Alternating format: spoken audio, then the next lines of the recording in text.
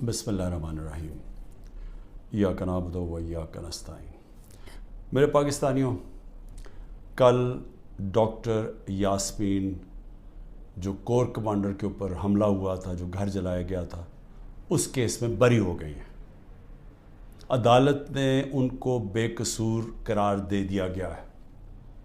اب ڈاکٹر یاسمین ہماری سینٹرل پنجاب کی پریزیڈنٹ ہیں۔ سینٹرل پنجاب کی پریزیڈنٹ جب بری ہو جاتی ہیں تو اس کا مطلب کہ یہ پارٹی پالیسی نہیں تھی، یہ جو جلائے گئے ہیں، وہ جو گھر جلایا گیا اور جدھر بھی 3-4 جگہ اور جو جگہیں جلائی گئی ہیں، یہ پارٹی پالیسی نہیں تھی، کیونکہ ڈاکٹر یاسمین تو پریزیڈنٹ ہوتے ہوئے انہوں نے پارٹی پالیسی بتانی تھی نا کیا ہے۔ تو جب وہ بری ہو گئی اور وہ ان کی ویڈیو چل رہی ہے، یوٹیوب پہ چلے جائیں، وہ بار بار کہہ رہی ہیں کہ آپ نے اندر نہیں جانا، لاؤڈ سپیکر پہ کہہ رہی ہیں اندر نہیں جانا۔ تو اس سے اب آگے سوالات اٹھ جاتے ہیں کہ کیا یہ جو لوگوں کو اندر ڈالا گیا، 10,000 سے زیادہ لوگ جیلوں میں ہیں، کیا یہ ایک پری پلان ایک منصوبہ بنا ہوا تھا کہ اس کی آڑ لے کے یہ جو کور کمانڈر کا گھر ہے اور یہ جو اور جگہوں پہ آگے لگی ہیں، ان کی آڑ لے کے ساری پارٹی کو بین کرنا تھا؟ ساری پارٹی کے اوپر جس طرح کا اس وقت ظلم و تشدد کیا جا رہا ہے، کیا یہ پہلے سے پلان تھا؟ اب تو یہ سامنے آ رہا ہے، یہ تو اب واضح ہو گیا ہے کہ اس کا مطلب کہ جو بھی کوئی کر رہا تھا وہ پارٹی پالیسی نہیں تھی، نہیں تو ڈاکٹر یاسمین بری نہ ہوتی۔ اور میرا 27 سال کی پولیٹکس میں چیلنج کرتا ہوں کہ کہیں بھی آپ جا کے مجھے یہ بتا دیں کہ میں نے کہا ہو کہ قانون سے باہر جانا ہے۔ پرامن احتجاج، دھرنا کرنا، لانگ مارچ کرنا، جب تک وہ پرامن رہے، یہ ہمارا حق ہے، یہ میرا آئین، میری کانسٹیٹیوشن مجھے یہ حق دیتی ہے اور یہ سب کو پاکستانیوں کو دیتی ہے۔ 3 لانگ مارچز ہمارے خلاف کی گئی، 3۔ بتائیں کتنی FIR کٹی، کتنے لوگوں کو کتنوں کے گھروں میں گھس کے ان کے دروازے توڑ کے اندر جا کے لوگوں کو جیلوں میں ڈالا گیا، کتنوں کی مار پٹائی کی گئی، کتنوں کے اوپر ٹیئر گیسنگ کی گئی۔ اور مجھے یہ بتائیں کہ اب جو ہمارے لوگوں کو اندر ڈالا ہوا ہے، کیا کوئی اس کے اوپر انڈیپینڈنٹ انکوائری ہوگی یا نہیں ہوگی؟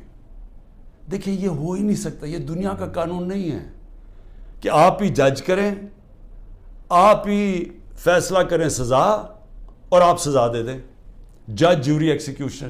یہ تو دنیا میں کہیں بھی نہیں ہوتا۔ ہمیشہ جب کوئی انسیڈنٹ ہوتا ہے انڈیپینڈنٹ انکوائری ہوتی ہے۔ اور میں بار بار، میں جب سے جیل سے نکلا ہوں، میں نے چیف جسٹس کے سامنے مذمت کی اور میں نے تب بھی کہا کہ یہ ہماری کبھی پالیسی نہیں رہی۔ جو پارٹی الیکشن چاہ رہی ہے وہ انتشار نہیں چاہتی، کیونکہ انتشار تو وہ چاہ رہے ہیں جو الیکشن سے بھاگ رہے ہیں، اور یہ جو بھاگ رہے تھے الیکشن سے، یہ ساروں کی مل کے سازش تھی۔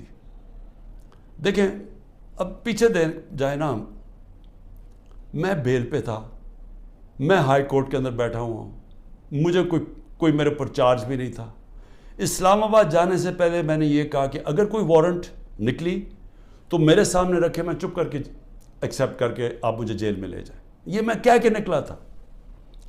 پھر کیا ضرورت تھی کہ اتنا بڑا ایک کمانڈو سٹائل حملہ ہوتا ہے، شیشے توڑتے ہیں، لوگوں کو ڈنڈے مارتے ہیں، جس طرح کے وہ بیچارے وہاں کام کرنے والے جو رجسٹری آفس میں تھے ان کو ماریں پڑتی ہیں، کمپیوٹر توڑ دیتے ہیں، شیشے توڑ دیتے ہیں، اور مجھے ایک دہشت گرد کی طرح پکڑ کے لے کے جاتے ہیں، جو اس کی ساری دنیا میں وہ چلی جاتی ہیں تصویریں۔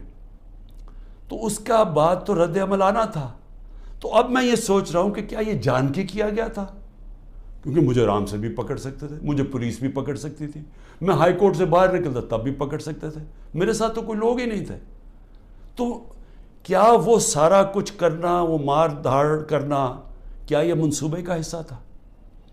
اور یقین کریں، جیسے ہی میں اندر گاڑی کے بیٹھا ہوں، جب انہوں پکڑ کے لے کے گئے، بڑی میرے سے تمیز سے باتیں ہوئی، کوئی میرے سے برا سلوک نہیں ہوا، وہاں سے لے کے نیب میں۔ تو کیا یہ دکھانے کے لیے سب کچھ تھا؟ جس کا رد عمل آیا اور وہ پہلے سے پلان کیا ہوا تھا، یہ جو سب کچھ ہوا ہے. میں پھر سے کہتا ہوں کہ اگر سچ پہ پہنچنا ہے تو وہ صرف ایک طرح کہ ایک انڈیپینڈنٹ انکوائری کی جائے. اور یہ جو ہوا ہے ڈاکٹر یاسمین کی جو بری کیا گیا، اور وہ ہونا ہی تھا انہوں نے بری، کیونکہ ان کی تو ویڈیو چل رہی تھی کہتے کہ اندر نہیں جانا آپ نے، اور روک رہی تھی لوگوں کو، تو اس سے تو بری ہونا تھا. لیکن یہ ہماری پریزیڈنٹ تھی سینٹرل پنجاب کی، سارا سینٹرل پنجاب ان کے نیچے تھا، تو جو بھی انہوں نے بولنا تھا وہ ہماری پالیسی تھی.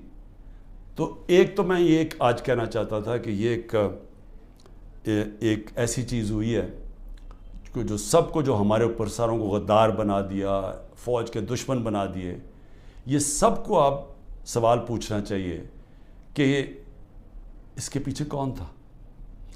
دوسری چیز، میں اپنے کارکنوں کی اب بات کرنا چاہتا ہوں، کیونکہ میرے پاس اب جو نکل کے آئے ہیں کارکن، ابھی میں باہر، میرے ایک کارکن جس کو 17 دن جیل میں رکھا ہے وہ واپس آیا، سارے ایک ہی کہانی سنا رہے ہیں.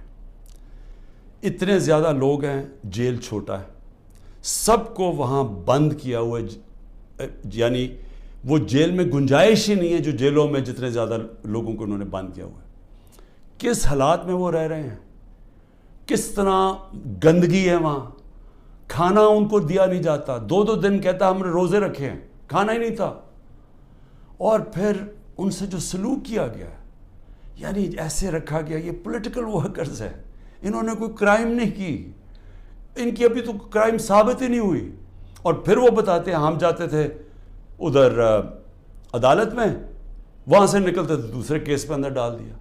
اب یہ جو آدمی نکلا ہے، یہ صرف یہ کوئی 40 لوگ رہا ہوئے ہیں، 40 میں سے 7-8 نکلے ہیں، باقیوں کو پھر جیلوں میں ڈال دیا. تو یہ مجھے بتائیے کون سا قانون ہے آج پاکستان میں؟ میں یہ سوال پوچھتا ہوں کہ جو بھی آج حکمرانی کر رہے ہیں، کیا ان کو اندازہ ہے کہ یہ پاکستان کو کتنا نقصان پہنچایا جا رہا ہے؟ ٹھیک ہے، تحریک انصاف کو کمزور کیا جا رہا ہے، توڑا جا رہا ہے، لوگوں کو دھمکیاں دے کے چھڑوائی جا رہی ہے پارٹی، گھروں میں گھس جاتے ہیں، اگر وہ نہیں ملتے تو ان کے جاننے والے یعنی خاندان کے لوگوں کو پکڑ کے لے جاتے ہیں. اگر وہاں کوئی گھر میں کوئی نہیں ہے تو ان کے پھر جو رشتہ دار کہیں رہ رہے ہیں، بہنیں رہ رہی ہیں، ان کے اوپر پیچھے پڑ جاتے ہیں، ان کو اٹھا کے لے جاتے ہیں. پھر بزنسز تباہ کر رہے ہیں، جو حماد اظہر کی فیکٹری بند کر دی ہے. اور بھی میں سب کا بتاؤں کہ جن کے ہمارے جن کے کاروبار تھے، کاروبار بند کر دیے. عاطف خان کا کاروبار 100 سے زیادہ لوگ وہاں کام کرتے تھے، وہ بند کر دیا. وہ ایکسپورٹ کرتے تھے چیزیں، وہ رہ گئی بیچ میں. تو یہ جو کیا جا رہا ہے، میں پھر سے یہ سوال پوچھتا ہوں کہ ہم جا کدھر رہے ہیں؟ یعنی اس سے اچیو کیا ہوگا؟ تحریک انصاف کمزور ہو گئی، تحریک انصاف اتنی کمزور ہوگی کہ وہ الیکشن لڑنے کے قابل نہیں ہوگی.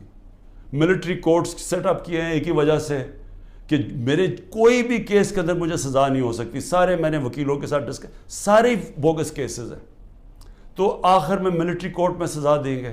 یہ کھولے اس لیے کہ عمران خان کو سزا دی، چلیں جی میں جیل میں چلا گیا. اب آگے چلیں گے، اس کے بعد کیا ہوگا؟ اس کے بعد پوچھنے کی بات یہ کہ کیا پاکستان جو تیزی سے اس دلدل میں پھنستا جا رہا ہے، اس سے نکل جائے گا؟ کیا ہماری معیشت جو اس وقت کبھی اتنے برے حالات میں نہیں تھے جو آج ہے، کیا یہ جو مہنگائی پاکستان کی تاریخ میں سب سے زیادہ 12.4% تھی جب ہم اقتدار میں تھے 1 سال پہلے، آج وہ 38% پہ پہنچ گئی ہے. یعنی لوگوں کو تنخواہ دار طبقے کے لیے اب وہ عذاب آ گیا ہے اور آتا جائے گا. بجلی کے بل نہیں دیے جائیں گے ان سے، ان کو گھر میں جو کھانے پینے کی چیزیں ہیں جس کو سینسٹیو پرائز انڈیکس ہے، یہ 38% ہے، وہ 45% پہ پہنچا ہوا ہے. یعنی جو گھر کی کھانے پینے کی چیزیں، جو عام کچن آئٹمز ہیں، جو بجلی وغیرہ ہے، تو کیا یہ ٹھیک ہو جائے گا اس سے؟ کیا مجھے کوئی یہ آج بتا دے کہ تحریک انصاف چلیں الیکشن بھی ہار گئی، کیا یہی لوگ آئیں گے نا واپس جو ابھی اقتدار میں بیٹھے ہوئے ہیں؟ تو انہوں نے تو 1 سال میں ملک کو تباہی بیڑا غرق کر کے رکھ دیا. یہ جو اب تو جو فیکٹس اور سٹیٹسٹکس ہیں، اعداد و شمار، یہ تو چھپتے نہیں ہیں. یہ تو آپ سیدھی طرح پاکستان کی وہ اکنامک سروے دیکھ لیں، اس میں تماشا دیکھ لیں کہ کیا ہوا ہے. کہاں 2 سال ایوریج اوسط جو ہماری اکانومی بڑھ رہی تھی وہ 6% تھی.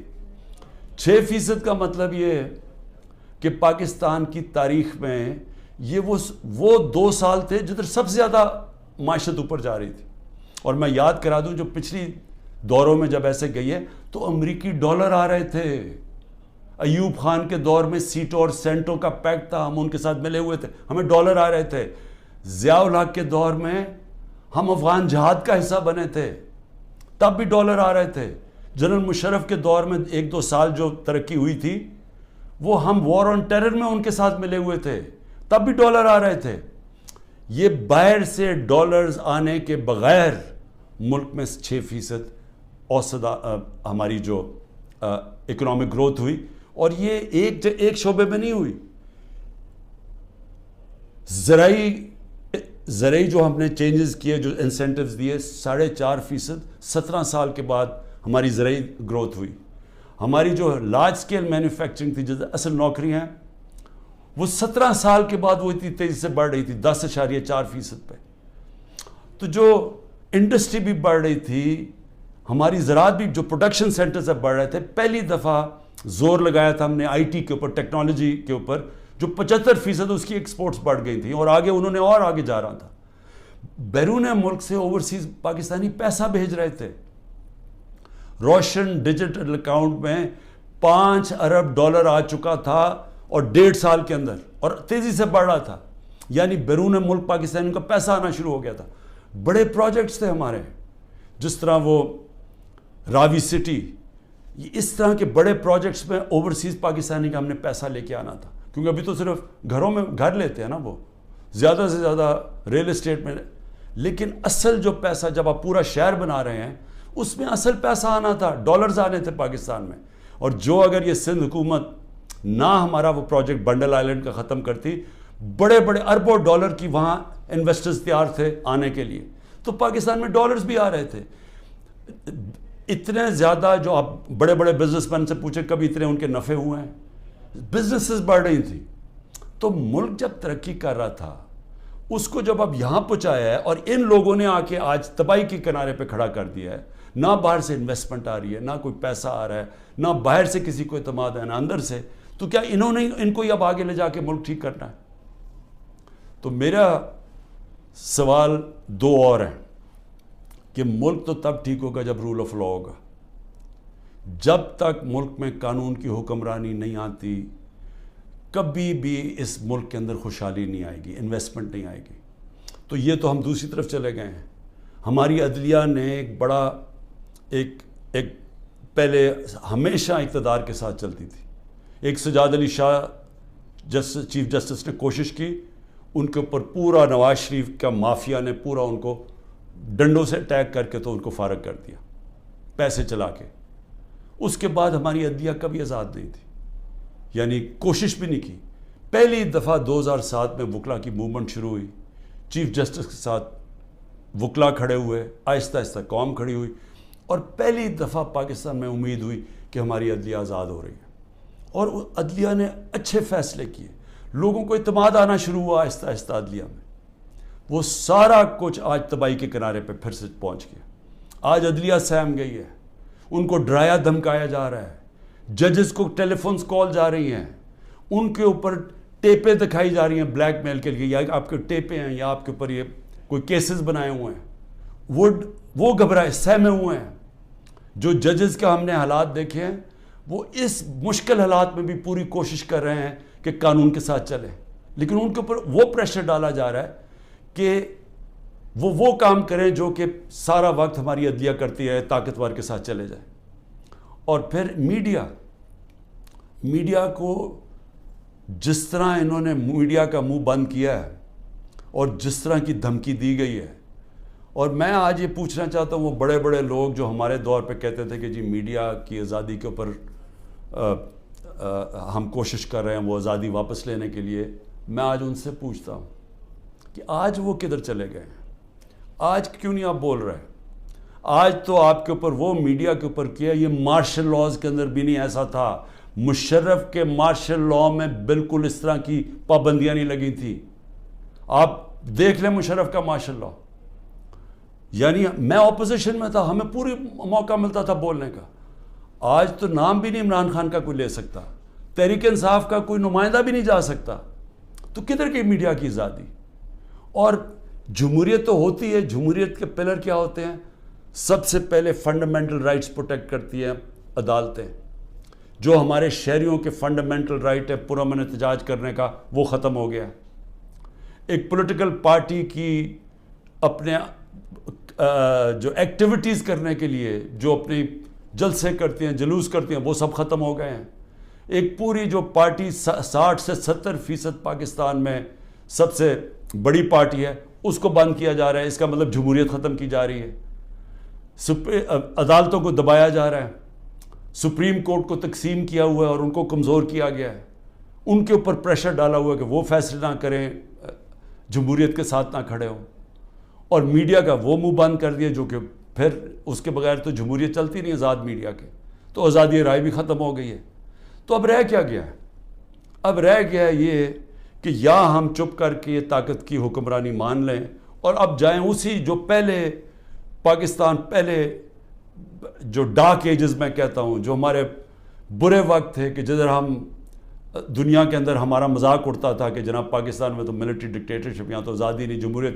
بار بار ہندوستان سارے فورمز پہ کہتا تھا کہ پاکستان میں جمہوریت ہی نہیں، ہم بات کس سے کریں.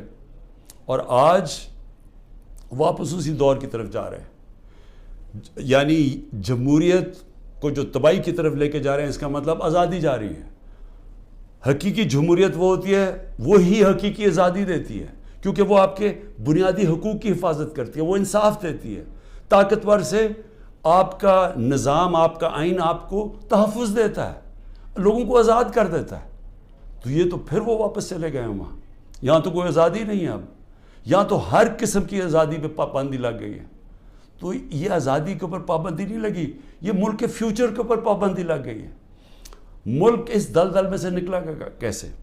مجھے یہ بتائیں کہ ان کے پاس اب کیا فارمولا ہے؟ میں آپ کو بتاتا ہوں کیا فارمولا ہے. ایک ہی فارمولا ہے کہ پاکستان کے اندر رول آف لاء قائم کریں. اس ملک کے اندر جب تک لوگوں کو، انویسٹرز کو، جو باہر سرمایہ کار ہیں، جو سب سے بڑی آپ کی طاقت اوورسیز پاکستانی ہیں، جب تک ان کو اعتماد نہیں ہوگا پاکستان کے جسٹس سسٹم پہ، انویسٹمنٹ نہیں آنے لگی اور سرمایہ کاری نہیں آئے گی، تو ہم تو ایسے کر کے بھیک مانگ کے کھڑے ہوں گے کہ کہیں سے کوئی ہمارا دوست ملک ہمیں پیسے ڈالرز دے دے. تو اصل تو ڈالرز آنے ہیں سرمایہ کاری سے. وہ تب آئیں گے جب ان کو اعتماد ہو پاکستان کے جسٹس سسٹم پہ. تو جب گورنمنٹ سپریم کورٹ اور آئین کے مطابق جو فیصلہ کرتا ہے کہ الیکشن ہونے ہیں 14 مئی کو، گورنمنٹ وہی نہیں مانتی، دھمکیاں دیتی ہے چیف جسٹس کو، اوپنلی کہتی ہے کہ ہم تمہارے فیصلے نہیں مانیں گے. تو اس ملک کے اندر کون اس ملک کے انصاف کے نظام کے اوپر اعتماد کرے گا؟ اور جو سرمایہ کار ہوتا ہے، جس نے محنت سے اپنا سرمایہ جمع کیا ہوتا ہے، وہ بہت گھبراتا ہے، بڑی جلدی گھبرا جاتا ہے. اس کو جب تک اعتماد نہیں ہوتا کہ میرا سرمایہ کو ایک ملک کا انصاف کا نظام تحفظ دے گا، میں جب بزنس کروں گا تو میرے پاس اگر فراڈ ہوا تو میرے پاس ایک جسٹس سسٹم ہے، وہ پروٹیکٹ کرے گا مجھے، وہ انویسٹمنٹ نہیں کرتا. الائن دبئی کے اندر، یو اے میں، ابھی مجھے وہاں سے ایک خبر آئی کہ پچھلے 8 مہینے کے اندر پاکستانیوں نے الائن میں اتنی انویسٹمنٹ کی ہے جو کہ انہوں نے 10 سال میں پاکستانیوں نے نہیں وہاں کی تھی. تو پاکستان کا تو سرمایہ باہر جا رہا ہے، باہر سے چھوڑیں کہ سرمایہ پاکستان آنا ہے. لوگوں کو تو امید کھو بیٹھے ہیں، وہ اپنا سرمایہ بھی بھیج رہے ہیں. اور جو ہمارا ہیومن کیپٹل ہے، یعنی جو ہمارے پروفیشنز ہیں جن کو باہر نوکریاں مل سکتی ہیں، وہ چھوڑ کے جا رہے ہیں. تو آگے تو ہمارا امید ہی ختم ہو گئی ہے. تو یہ اگر سارا پلان ہے کہ کسی طرح یہ سب کچھ ہو رہا ہے تحریک انصاف کو ختم کرنے کے لیے، تو اس کے بعد آگے تو پلان بتائیں کہ ختم کر کے پھر کیا کرنا ہے. تو وہ تو کوئی نظر ہی نہیں آ رہا. ان کا تو کوئی روڈ میپ ہے نہ ان کے پاس تو ہوتا تو اب تک یہ ٹھیک کر چکے ہوتے ملک کو. تو یہ تو کسی کے نہ اسٹیبلشمنٹ کے پاس کوئی روڈ میپ ہے. تو یہ تو ہمیں اندھیرے میں لے کے جا رہے ہیں. اس لیے میں صرف اپنی قوم کو آج یہ کہنا چاہتا تھا کہ دیکھیں، دو راستے ہیں. فیصلہ ہم نے کرنا ہے کہ کیا ہم نے یہ ایک جنگل کے قانون کی طرف جانا ہے اور تباہی کی طرف اور اندھیرے کی طرف, یا ہم نے ساری قوم نے جد و جہد کرنی ہے آزادی کی طرف, رول آف لاء کی طرف, کانسٹیٹیوشن کی طرف, حقیقی جمہوریت کی طرف اور خوشحالی کی طرف. یہ دو راستے اب آ گئے, اور میں یہ امید رکھتا ہوں کہ جس طرح میں کھڑا ہوں اور اینڈ تک جب تک زندہ ہوں کھڑا رہوں گا, آپ نے بھی اس ملک کی حقیقی آزادی کے لیے کھڑے رہنا ہے. شکریہ.